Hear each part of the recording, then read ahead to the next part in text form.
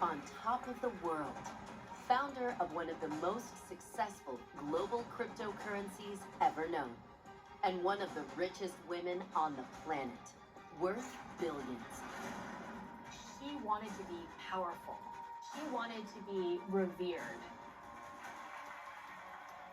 She had this unique persona, bubbly, lively, always the promoter. She was a constant salesperson. OneCoin's strategy always was to create a cryptocurrency for the people. She has all these yachts, all these properties. She's always decked out in jewels. But it was all too good to be true. I can double my supply, but it won't decrease in price. That's beyond red flags. I was going to be worth somewhere between 10 and 15 million dollars. And then all of a sudden, poof, it's gone. My mom, she lost everything. There's several people that have committed suicide over this. We are not doing anything illegal, and we're proud actually of what we do. When we think about our Mount Rushmore of scammers, I think this does deserve to be up there with the greats. This is the true story behind one of the biggest global frauds of all time.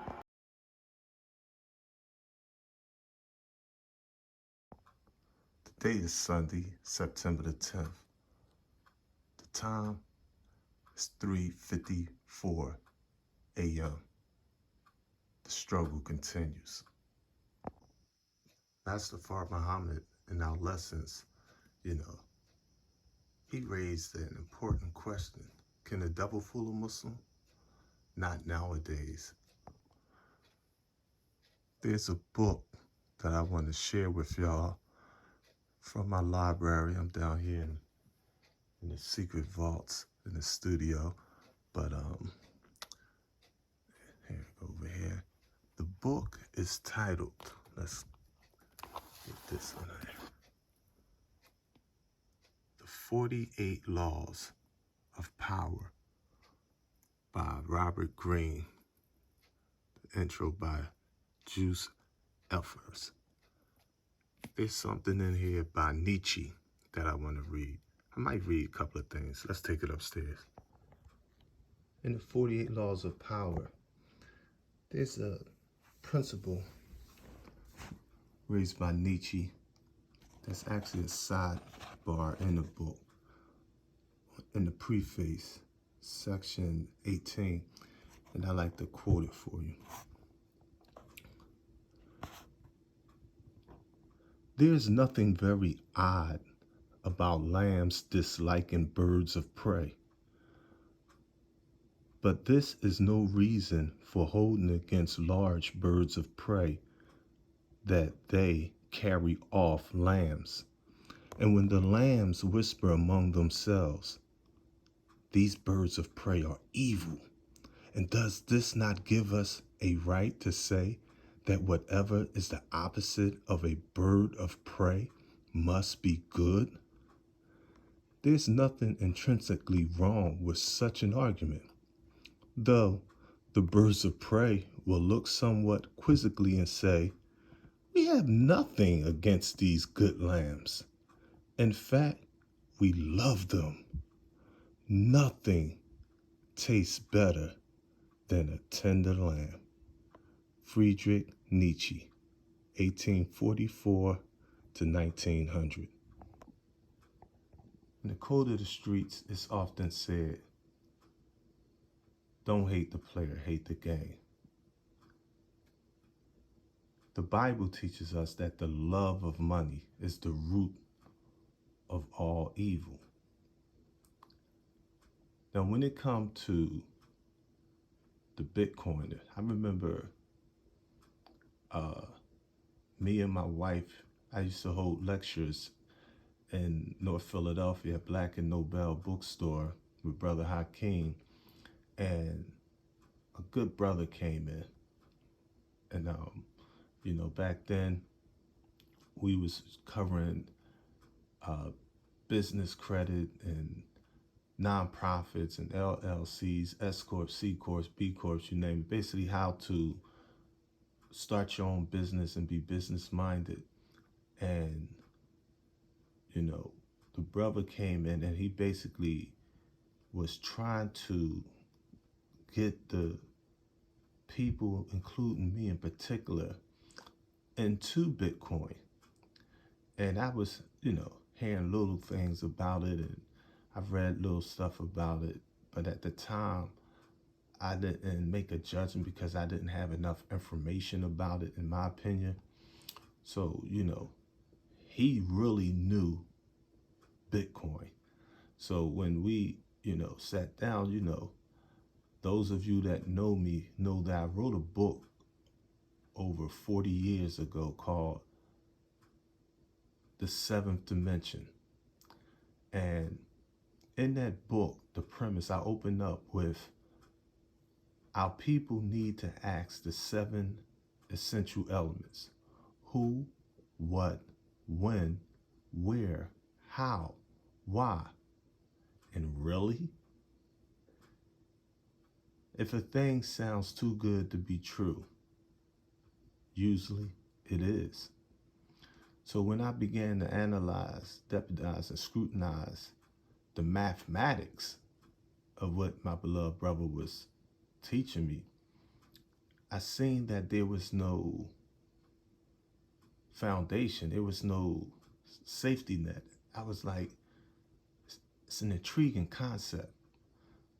The mentally dead Ace Money side of me was like, they gonna make money with this hustle. This is going to be huge. But at the same time, I was conscious of the fact, as the Bible teaches us, we're living in the age of information.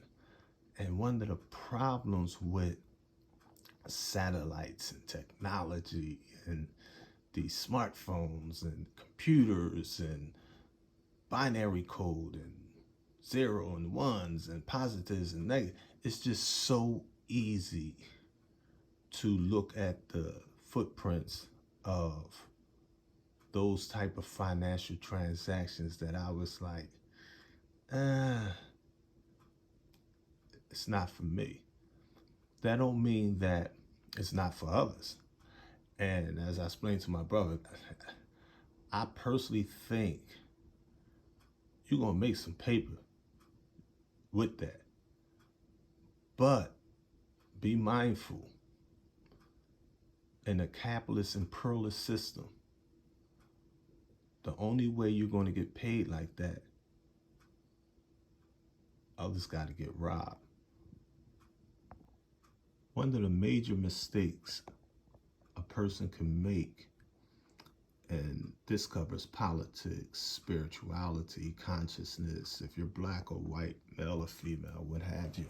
Now, I mean, if you're in the streets, if you're in college, if you're in a corporate world, if you have your own business, if you're employed or whatever. Now, I mean, the first law of power teaches, never outshine the master. Always make those above you feel comfortably superior. In your desire to please or impress them, do not go too far in displaying your talents, or you might accomplish the opposite, inspire fear and insecurity. Make your masters appear more brilliant than they are, and you will attain the heights of power. This is a common mistake that a lot of gods and goddesses make in the struggle. Let's look at the underworld, for example.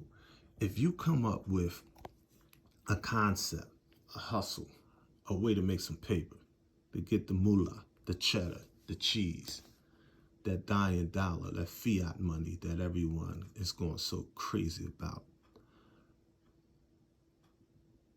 If your leader sees that you're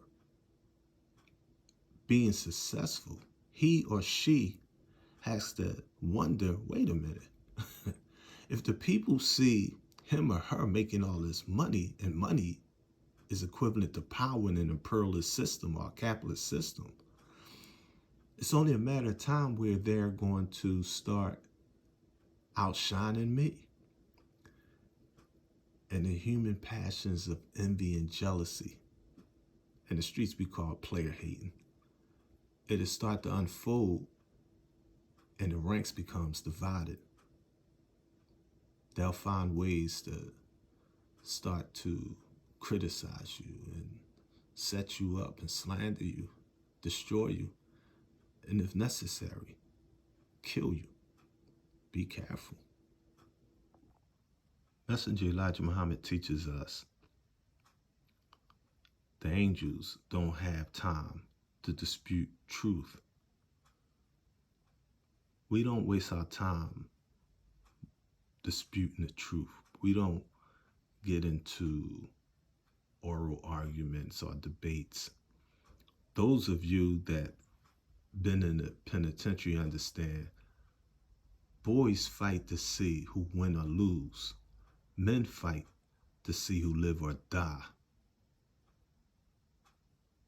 Real alpha males, real warriors, their position is their life and their death and their sacrifices is all for Allah, their higher self. So if they thought that there was a problem, their position would be, there is no rap. They would handle their business, plain and simple. While you're talking, they'll go right in your mouth, mentally, intellectually, politically, financially, on whatever level you're on. In the 48 Laws of Power, Robert Greene warns you of this in law number 9. He teaches, quote, win through your actions, never through argument. Any momentary triumph you think you have gained through argument is really a Pyrrhic victory. The resentment and ill will you stir up is stronger and lasts longer than any momentary change of opinion. It is such more powerful to get others to agree with you through your actions without saying a word. Demonstrate, do not explicate.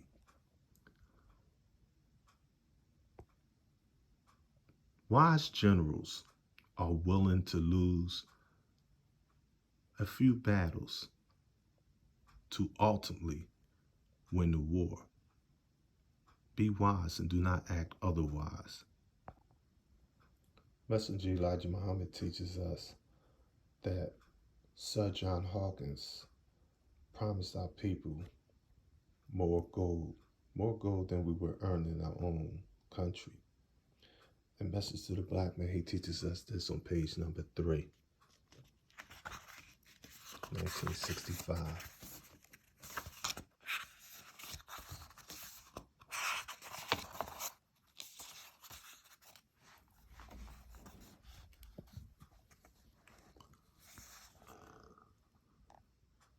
Their being loose to deceive the nations of the earth would refer to the time Anno Domini, or AD 1555 to 1955, when they, John Hawkins, deceived our fathers and brought them into slavery in America and were loose or free to travel over the earth and deceive the people.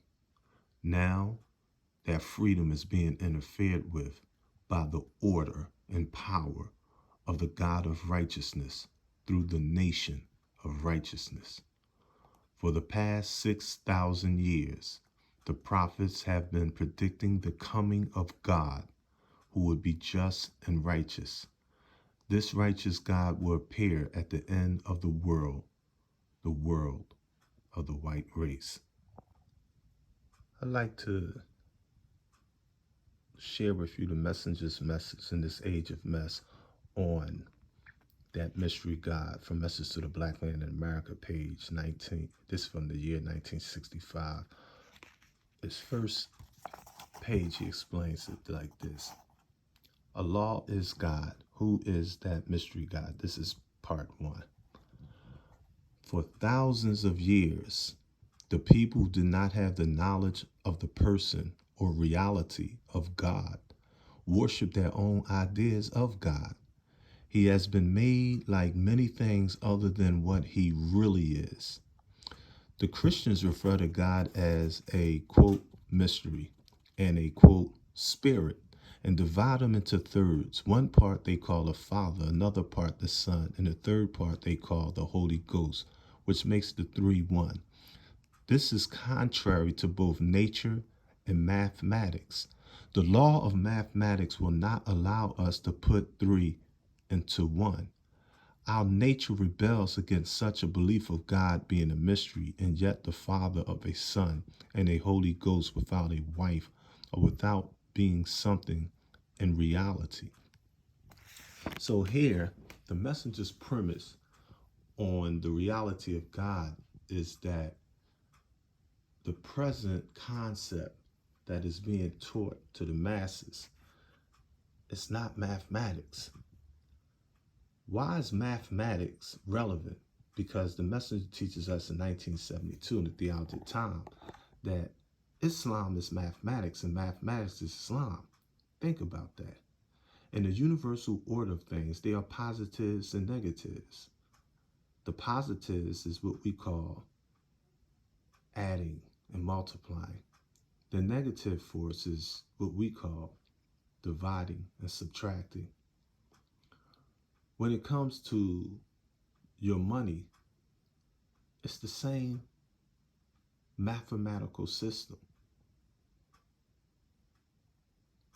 It's not just who is that mystery God. You have to ask yourself, where is that mystery money? Where is that mystery money?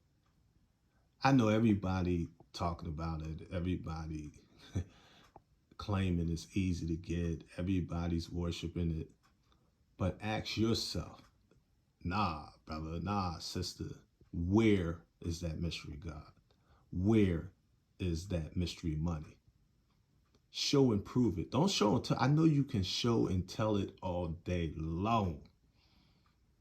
You got the look, you got the uniforms, you got the briefcase. You know what I mean? You know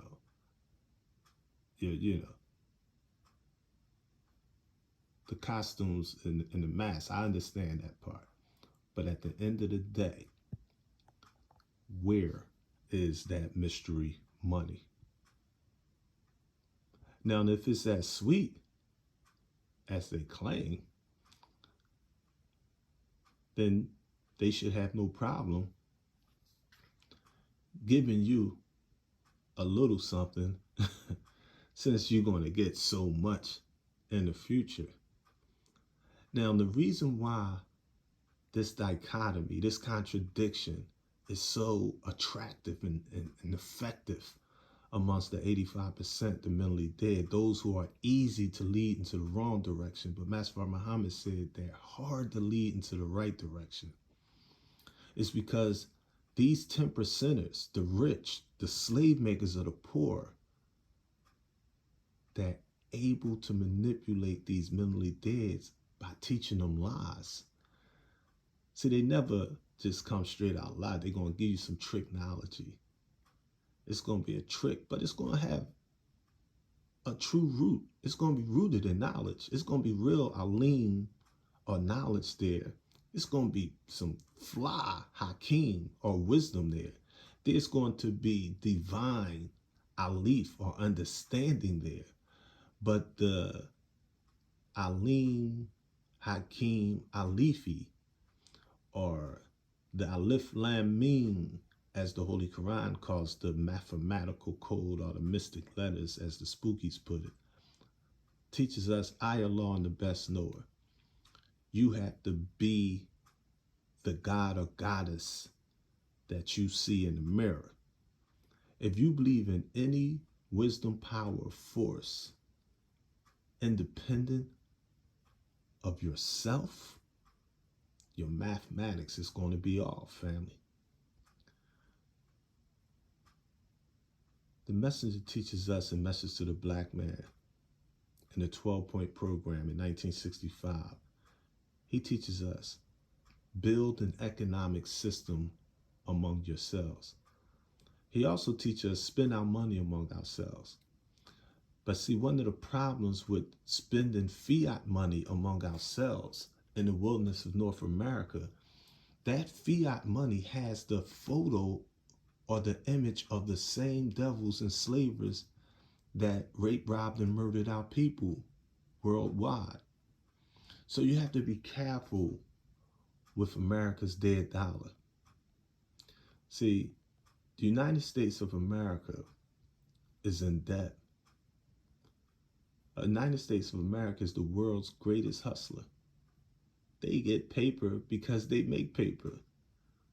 Fiat money is literally printed by the feds. It's like me taking the Monopoly game and I take the $500 bill, which is gold, and I go down in my office and I got a laser printer down there, a color ink printer, and I take and get some gold blank bond paper and I put the paper in the drawer. I could print up so many counterfeit $500 bills, it's ridiculous. But if I came to the Monopoly game and I got $17,000 in $500 bills, you'd be like, oh, you got too much paper. Where you get?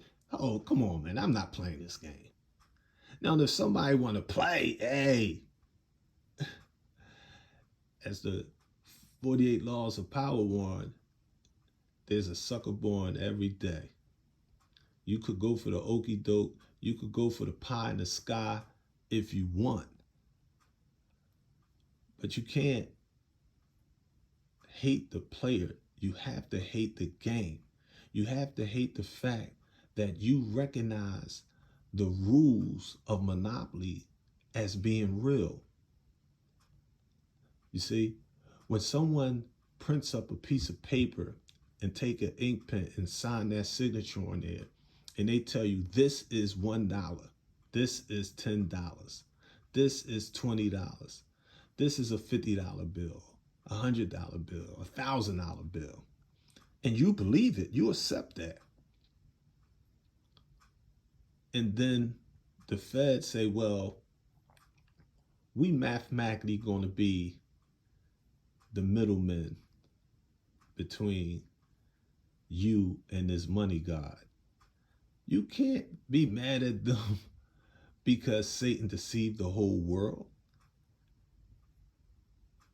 The Holy Quran teaches us, shame on you for associating partners with Allah.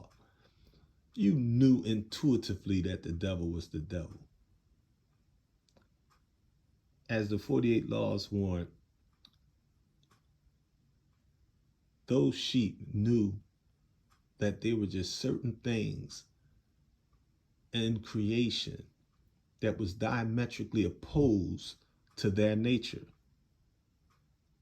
So when you see the wolf viciously hop over the fence and rip the throat of the lamb out, you look at it and say, oh, that's murder, that's evil, that's cold-blooded, that's vicious.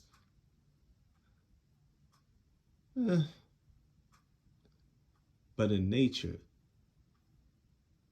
there are dichotomies. There are hunters and there are the hunted. There are runners and there are chasers. There are those that take flight and there are those that love to fight. There are those that fear and there are those that are fearless. There are those that seek life and there are those that seek death. There are those that delight in peace and there are those that delight in war.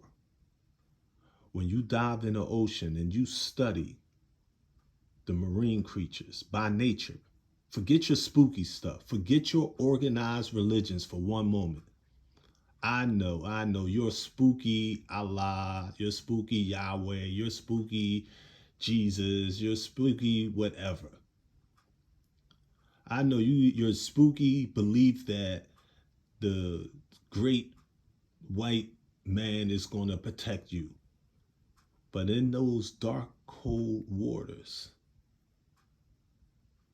those schools of blackfish swimming around, those schools of peace-loving goldfish swimming around. Yeah, they going to dispute and splash around and combat with each other here and there, but by nature, they pretty good fish. They very, very organized, very disciplined, very loving and respectful in their hierarchy. They swim in schools. They have their fish universities.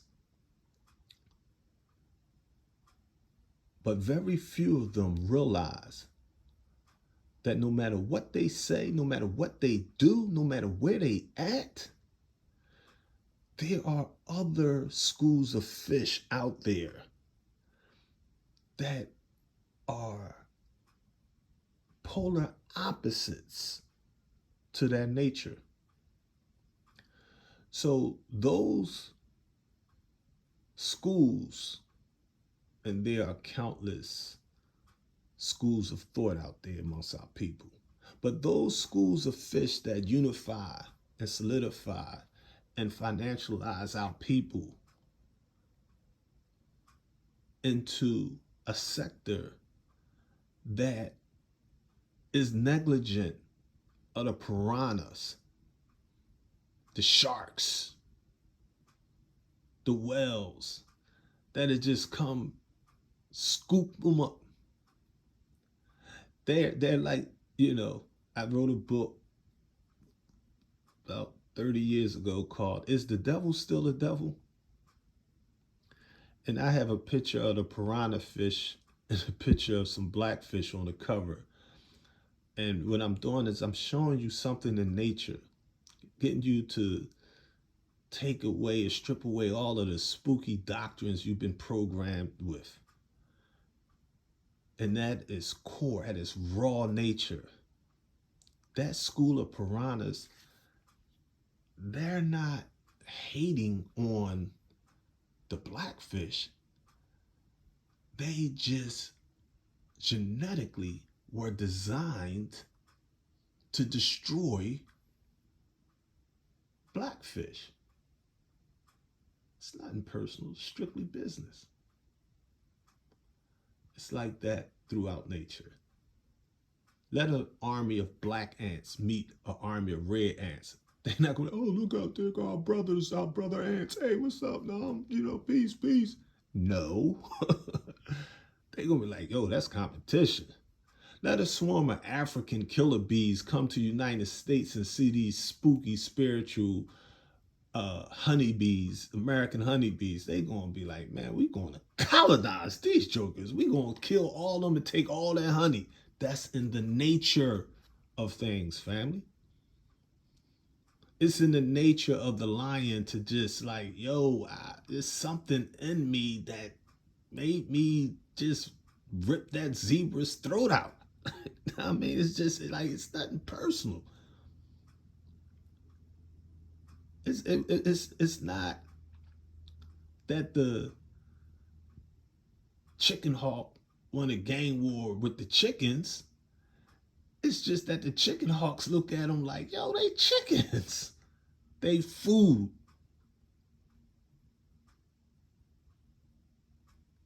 So it is with human beings. Do not be deceived by the beautiful buildings, the peaceful rhetoric, the religious dogmas, the consciousness, the education, the vote for me's. There's competition. Democrats, Republicans, the Catholics, the Muslims, the Jews, the atheists, the blacks, the whites, the straight, the gay, the young, the old, the rich, the poor, the Chinese, the Japanese, the African, the African, the Arab, the Indian. Throughout the past 6,000 years, we have seen human beings at war. And those that understand the reality of this universe, covering 238 quintillion, 640 quadrillion miles, they will survive the war of Armageddon. Those who don't will be casualties. I remember watching the movie The Wolf of Wall Street, and one of the things that they did, they was like, listen, you know, we're going to sell them blue chip stock. I mean, you know, he's like, you know, Microsoft and all that, but he's like, but down the line, we're going to bring in the crap, the junk bonds. They use technology and they got paid.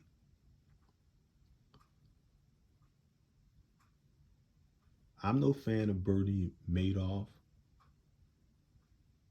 but do you really think the U.S. Senate and Congress and Treasury Department and President and the IRS and the bankers are not getting paid off of their own people and other people? Do you really doubt that China is on the come up, trying to get paid off the United States? They like, oh, these, you know, they don't come with cold knives and hot bullets and smoky bombs. But do you realize how dangerous it is that American products are being made in China? Do you understand the hustle that is? Do you understand how much money they making? In Vietnam, Ho Chi Minh considered that the war to flee. The purpose of fleas hopping on a dog is not to kill a dog. When they bite the dog, they know they don't have the strength or the power, the army or the force to destroy the dog. But every time they hop on that fat, warm, rich, blood-filled dog, that tiny little flea, that tiny little tick gets its fill. It gets full of substance, nutrients. It gets stronger. It increases its population. It reproduces. And then you got more fleas, more ticks. And if that dog keep scratching here and scratching there and doing all this little skirmishes with Cold Wars, that dog knows intuitively that this disease, this infection is going to spread. And that dog, if it's not careful, it will die. It will be destroyed from within. There are some wise and powerful, mostly white men that's fully aware of what's happening to the country that they stole, North America. And don't think for 1 second that you making some money, some fiat money, you having gold and diamonds and Rolls Royces and Maybachs and penthouse suites and mansions and swimming pools, and you going on vacation and you traveling around the world shining and fine dining means anything to a white God. That God will crush the black gods that's so naive that they're basing their future on material possessions. This is why the 24 scientists tried to warn our spooky behinds that the love of money is the root of all evil. But they also gave us an incentive by teaching us that money is the answer to everything. Money is the answer to every problem. Bible, Book of Ecclesiastes. But it's not talking about fiat money, family. It's talking about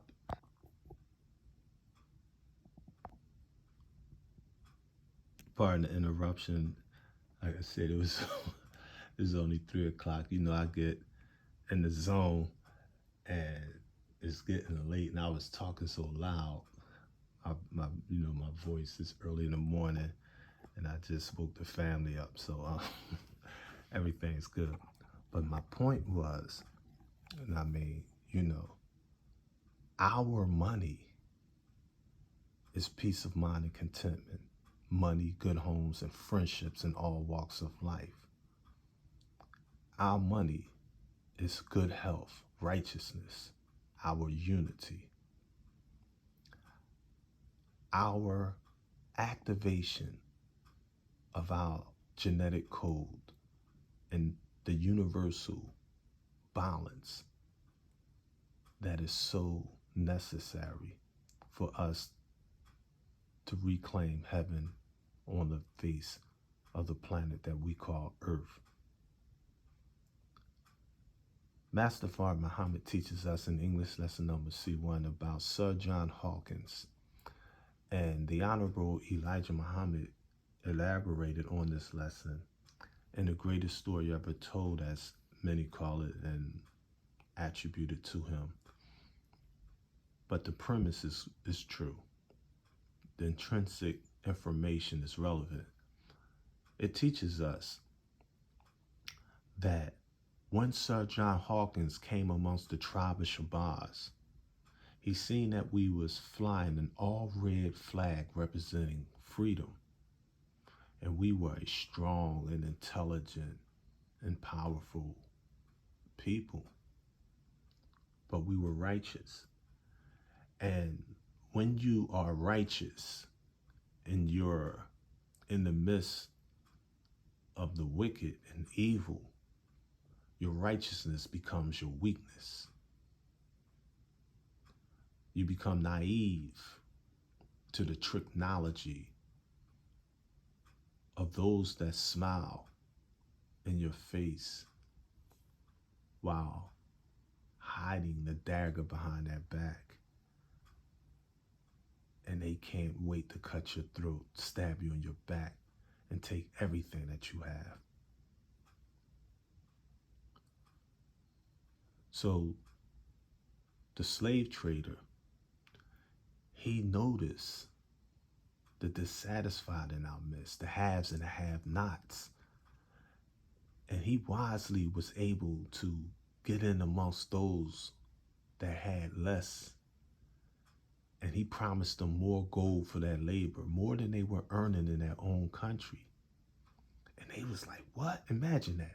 Imagine an African, and I love my African brothers and sisters. I'm just speaking hypothetically or symbolically, just using this for analogy right here. Imagine an African brother coming over here. I'm from Philadelphia. Imagine an African coming to North Philly and we outside, just talking, brothers working, brothers hustling, doing what brothers do. They're trying to survive. And this African pull up on the block. And he got money. He be like, what's up, bro? You know what I mean? And he like, look, y'all want to make some money? Hell yeah. We ain't saying heaven yet. We saying hell, like whatever we got to do. Put in work, hustle, whatever. Go, education, scrub floors. Hell yeah. And he'd be like, how much y'all get paid an hour over here in this country? We'd be like, between $7 and $12 an hour. What? That's all? In my country, the minimum wage starts at $260 an hour. They're like, what? What kind of dollar, African dollar, you talking about? Is it $1 worth? No, the dollar is equal to the US dollar, meaning you come over here, you can get rich, you can get paid. A lot of brothers be jumping in the car, jumping on the bus, flying on the plane, kissing his behind, going for the okie doke. Because you can't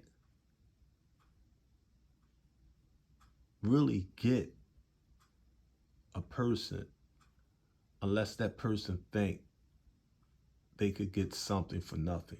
They have to believe in that mystery money. As long as they believe in that mystery God and they believe in that mystery money, they're going to easily be vulnerable because they're 85s. Easily lead in the wrong direction. They just hard to lead in the right direction. And if you're a 10% rich slave makers of the poor, you're going to find it easy to use technology on them and teach them lies, to give them systems that they're going to have absolute blind faith with.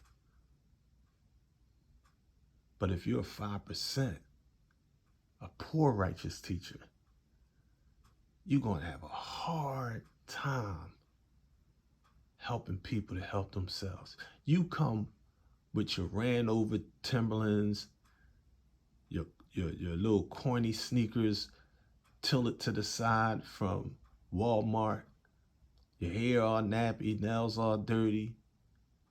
You living in that little raggedy apartment at that dead-end job, and you come on the block trying to teach? They ain't trying to hear that. It ain't that what you saying ain't true. It's just they not trying to hear that because psychologically, they worship the white man as God. They worship the white man's money. And you don't have enough. So the 5%, the poor righteous teachers, those that try to teach our people common sense, universal mathematics, logic, trying to give them consciousness, they look at you as a weirdo, the oddball. Why? The 5% don't believe in the teachings of the 10%. They know that these mentally dead worship that which they know not what. But the 5%, as he or she struggles and strives to wake our people up, their greatest resistance, their most dangerous opposition is not going to be from the 10% devils. It's going to be from their black, mentally dead brothers and sisters that's in the circle or cipher with them. But they have to keep on pushing. You just got to keep on teaching. You got to be a 5%. You have to be that poor righteous teacher who does not believe in the teachings of the 10%. You have to be all wise and know who the true and living God is and teach that the true and living God is the Son of Man, the supreme being, the black man of Asia. And when we say Asia, family, we're not talking about modern day Chinese or the Orient. We saying Asia in a sense of scientifically before colonization, before Britain and the Portuguese and the French and the Germans and the Englands cut up the planet and put borders around Kemet or Egypt, before the borders of Nubia to Sudan, before the borders of Put and the borders of Canaan and the borders of Becca, so-called Mecca, and the borders that separated Iraq from Iran or Babylon from Persia, before the spookism of the Anunnaki, black people simply were living all over the planet Earth. We were Asia are world Atis, citizens. Ati means tribe or citizens. Before the division of Dr. Yaqub Malik Shabazz divided the Native Americans to all these different little tribes, all these different African tribes, all these different kingdoms and all these different clans, all these little Arabian little clusters of tribes. Before we were divided and conquered by the colonizers, we were one. Huwa Allahi, He the God. Say He Allah's one. There was nothing spooky with us, family. But we are 6,000 years after Yaqub's technology. And most of our people are still under that illusion and following those delusions. And part of that is this fiat money. Now, the problem is, in order to be successful in the wilderness of North America, you have to get some paper. But the challenge is, after you get that paper, what are you going to do with the paper? You got to use your money as leverage to help our people to help themselves. That don't mean you get money and just be like so-called Robin Hood, just throw it around and just give it away. Our people get reparations today, they'll be spoiled tomorrow. They'll be spoiled tomorrow. That don't mean that we don't deserve reparations. And it absolutely don't mean we're not going to get reparations. Oh, we absolutely going to get reparations. Eventually, ultimately. The problem is, if we get reparations without that black universal consciousness, we just going to become black devils in disguise. We're going to become what Master Fard Muhammad called in the 1930s the devil's imps. Imps meaning impersonators. We're going to fall back to that old classical mentality that this one is right, that this idea is going to be imposed on everybody else's ideas through compulsion and force. The messenger teaches us 66 trillion years ago, Granddaddy Shabazz, since he couldn't have his way, he decided to blow up the whole planet Earth. And that's why we had a moon in our flag today. It was blasted away from the planet Earth. We had 13 tribes of Shabazz. Now we only got 12 tribes of Shabazz. But we're divided into 12 different tribes. But we say He, Allah, is one. We have to get back to our nature, our base, our foundation, so that we can take and master the universe in which we live. For now, the struggle continues. So when the brother was telling me all about the Bitcoin and all that, you know what I mean? I saw good and evil in it. Like anything, it's a two-edged sword. I know personally brothers and sisters that made some paper with it, that put them in a stronger position.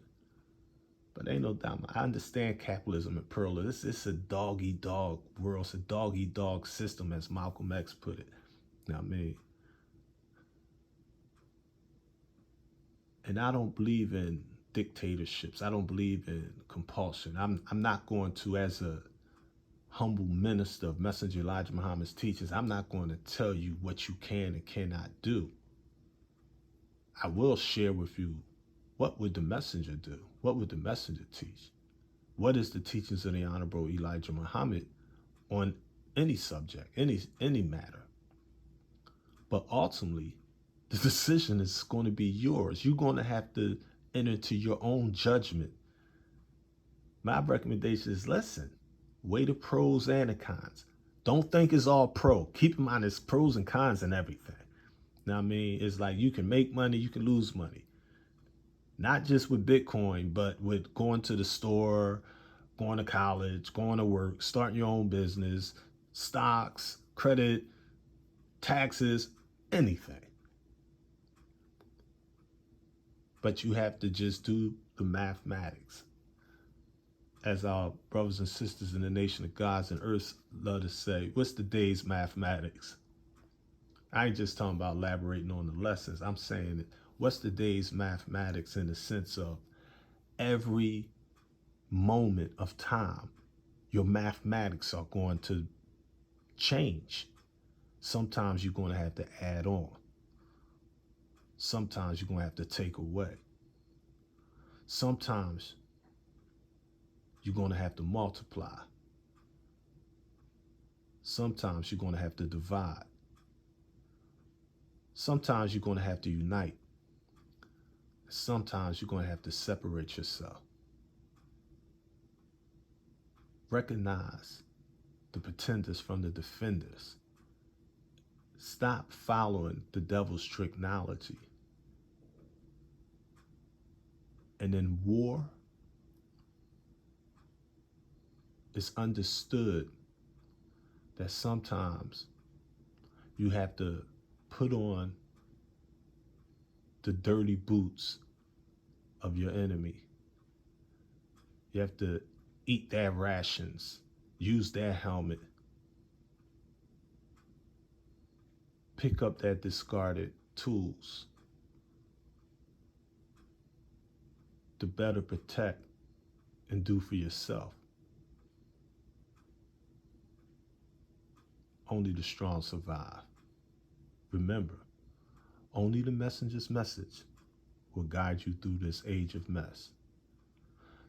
To learn more, make sure y'all visit our website at noireport.com. That's noireport.com.